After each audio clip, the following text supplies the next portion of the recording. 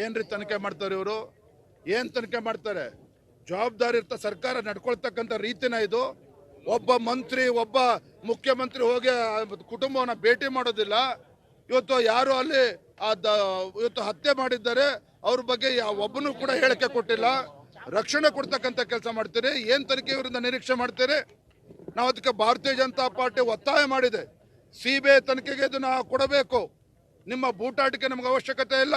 ನೇಹ ಹತ್ಯೆ ಪ್ರಕರಣದಲ್ಲಿ ನಾಚಿಕೆ ಆಗಬೇಕಿತ್ತು. ಅದು ಕಾಂಗ್ರೆಸ್ ಸರ್ಕಾರಕ್ಕೆ ನಾಚಿಕೆ ಆಗಬೇಕಿತ್ತು. ಒಂದು ಜವಾಬ್ದಾರಿತ ಸರ್ಕಾರ ಆ ಹೆಣ್ಣು ಮಗಳು ಹತ್ಯೆ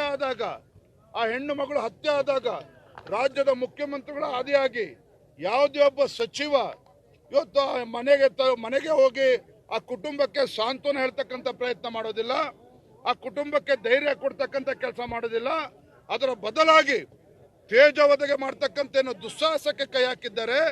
ಇವತ್ತು ದುಶ್ಯಾಸನ ಪ್ರವೃತ್ತಿಯನ್ನು ಇವತ್ತು ರಾಜ್ಯದ ಮುಖ್ಯಮಂತ್ರಿಗಳು ವರ್ತನೆ ಮಾಡ್ತಾ ಇದ್ದಾರೆ. ಈ ನಾಡಿನ ತಾಯಂದ್ರು ಹೆಣ್ಣು ಮಕ್ಕಳು ಇವತ್ತು ತಕ್ಕ ಉತ್ತರವನ್ನು ನೀಡ್ತಾರೆ.